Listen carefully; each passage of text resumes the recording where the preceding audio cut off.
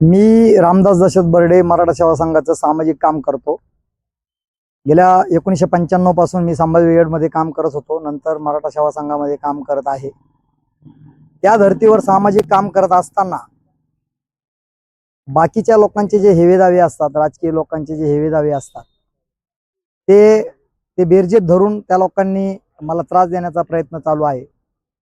मी 11 तारखेला माननीय जिल्हाधिकारी कार्यालय समोर आमरण उपोषणाला बसलो होतो। जे कोणी मार्केट कमिटीचे सभापती आहेत, सुभाष रावाजी बर्डे यांचा मुलगा आणि महेश संजय बर्डे यांनी दोघांनी हनुमान टाकळी येथील ग्रामपंचायतीमध्ये फार मोठा अपहार केल्याचा उघडकीस आलेला आहे।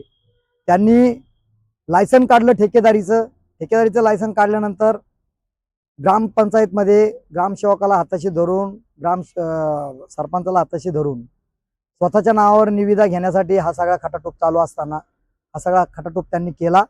आणि जिल्हाधिकाऱ्यासमोर आम्ही उपोषणाला बसलो असता त्या ठिकाणी जिल्हाधिकाऱ्यांनी आम्हाला समज दिली आणि त्या ठिकाणी आम्हाला पत्रव्यवहार झाला की तुम्ही ताबडतोब आम्ही चौकशी करूनच आम्ही कारवाई करू। तर त्या धर्तीवर त्यांनी आत्ताच काल तपासणी चालू होती आपल्या हनुमान टाकळी ग्रामपंचायत येथे माननीय जी कमिटी गट विकास अधिकाऱ्यांनी नेमून दिली होती त्या कमिटीमध्ये आम्ही स्वतः गेलो। त्या ठिकाणी रस्ता पाहणी केली, रस्ता चुकीच्या ठिकाणी झाला हे सुद्धा त्यांनी पाहणी करूनच पाहिलं। आमची तक्रार होती टेंडर चुकीचं झालं, तर ते टेंडर चुकीचं दिसून आलं अधिकाऱ्यांना। त्यांनी चौकशी आणि फायनल निर्णय दिला की हे टेंडर चुकीचं झालेलं आहे, आम्ही अहवाल तसा शासनाकडे पाठवत आहोत।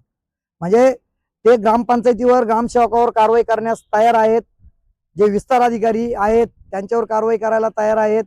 ज्यांनी पाहणी केली, जे अधिकारी त्यामध्ये गुंतलेत, तर ते त्या ठिकाणी त्यांच्यावर कारवाई करण्यास प्रशासन तयार आहे। त्यामुळे त्याचा राग येऊन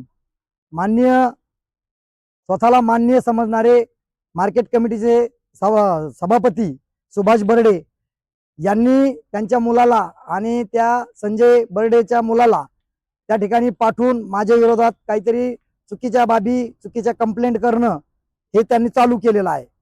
तर चालू करीनच का, परंतु पाथर्डी येथे कांदा मार्केटमध्ये एवढा मोठा घोटाळा झालेला आहे। एवढ्या बातम्या येत आहेत, महान्यूजला 10 तारखेला बातमी पडली की कांदा मार्केटमध्ये कोट्यवधी रुपयाचा घोटाळा झालेला आहे, परंतु त्याला काही घेणं देणं नाही।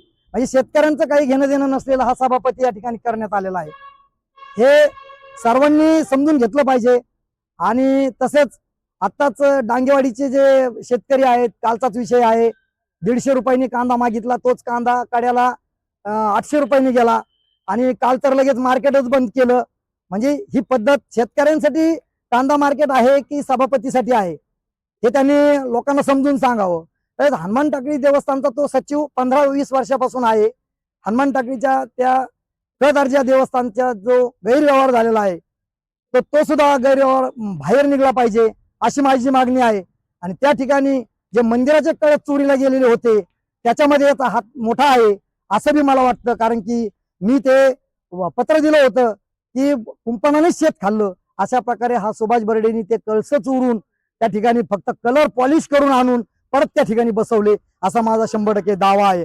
आणि त्या ठिकाणी तो दमदाटी करतोय का पोरं पाठवतोय, त्या माणसाला मारून टाकू, त्या माणसाला मारून टाकू। वाळूचा तर काही संबंध पण नाही, त्याची तिथं जमीन पण नाही आणि आमचा वाळू उपशाचा काही संबंध पण नाही। विषय असा आहे, मी राहतो पाथर्डीला, त्याच्यामुळं पाथर्डीला राहत असल्यामुळं माझा वाळूचा कुठलाही संबंध नाही। आणि दारूचं दुकान माझं काय पाथर्डीपासून हनुमान टाकळीपर्यंत दारूचे दुकान माझ्या नावावर आहेत की काय असं आम्हाला वाटायला लागलं, कारण की आम्ही त्याच्यात नसताना आमचं जर नाव घेतलं जातं तर ही बाब 100% खोटी आहे आणि मी त्या बाबीचं खंडन करतो। कारण की त्यांचा राग येऊन ह्या पोरांना पुढे घालून, काल एक दिसच्या पोरांना पुढे घालून त्यांनी हा माझ्यावर जो बदनामीचा आरोप केला आहे, तर माझ्यावर बदनामीचा आरोप करणाऱ्यावर कठोर कारवाई झाली पाहिजे।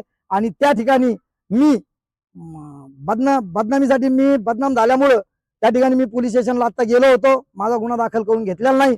परंतु मी जर माझा यापुढे गुन्हा दाखल करून घेतला नाही तर मी त्या ठिकाणी आत्मदानाचा इशाराही त्यांना देणार आहे।